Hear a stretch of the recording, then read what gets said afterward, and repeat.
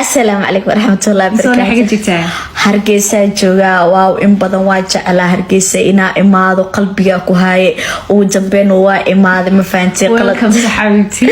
قلدنا ودعاء قولي نبا هاي دولة إن إسكاع في ساجع لها magaalada Hargeysa ee caasimadda Somaliland waxaa markii labaad lagu xiray gabadha lagu magacaabo Mrs Wall oo kamid ah dhalinyarada Soomaaliyeed ee caanka ka ah aalada TikTok waxaana Mrs Wall muuqaal ay iska soo duubtay ay ku sheegaysay inay joogto magaalada Hargeysa iyadoo aad u faraxsan waxayna la hadlaysay taageerayaasheeda iyo dhalinyarada Soomaaliyeed ee social media ka taageera waxay tiri waan idinku faraxsanahay waan idinla joogaa Hargeysa waa magaalo aan jecelahay sidoo kale Mrs Wall waxa ay markii ay tagtay magaalada Hargeysa muuqaal ay ku baahisay barteeda TikTok cafis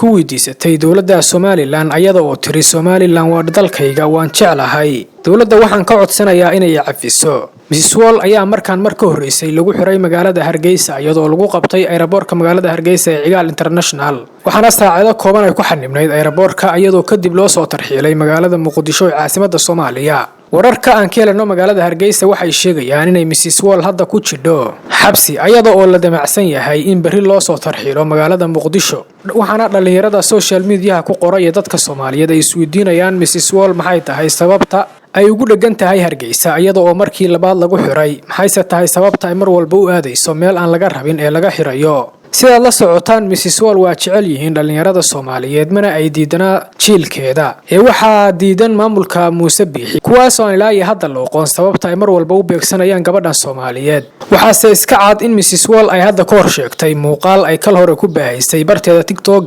ayada oo dheelasay game TikTok in lagu yiri kala dooro magaalada Hargeysa iyo Muqdisho waxaana ay markaasi tiri waxaan jeclahay magaalada Muqdisho ay markaasi joogtay kuna dhalatay kuna soo barbaadhay Mrs Wall kalkii hore ee la xiray waxay ku sheegtay sababta loo xiray inay ahayd kalmadii ahayd Muqdisho iyo Hargeysa Muqdisho ayaan jecelahay waxaana dadka Soomaaliyeed la yaab ku noqotay gabar TikTok ka hadashay oo tiri Muqdisho iyo Hargeysa waxaan jecelahay Muqdisho sida ay maamulka Somaliland uga warheleen iyo sababta loo xiray iyo mid mar walba loo beegsanayo waana dhacdo ugub ah waxaana dhacdadan ka dhalan karta fashil iyo fadeexad ku timaada maamulka uu hogaaminayo Muuse Biixi. السلام عليكم ورحمة الله وبركاته. هرجيسة جوا واو إن بدن واجع على هرجيسة إنا إماد وقلبي أكو هاي وجنبين وا إماد مفانتي قلدنا ودعاء قولي نبا هاي دولة إن إسكاع في ساجع لها because قبل واحد هذا يعني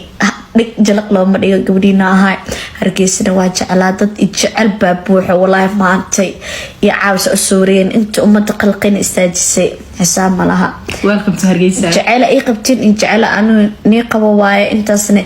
جعل أي كان مفانتر هرجيسة ما أنتي واني جعلها شعب كيجا ضدك تاجرو يضدك جعل بو وحده لها هرجيسة واني جوان ونوتقبوا الحمد لله على صور وين نتعاسي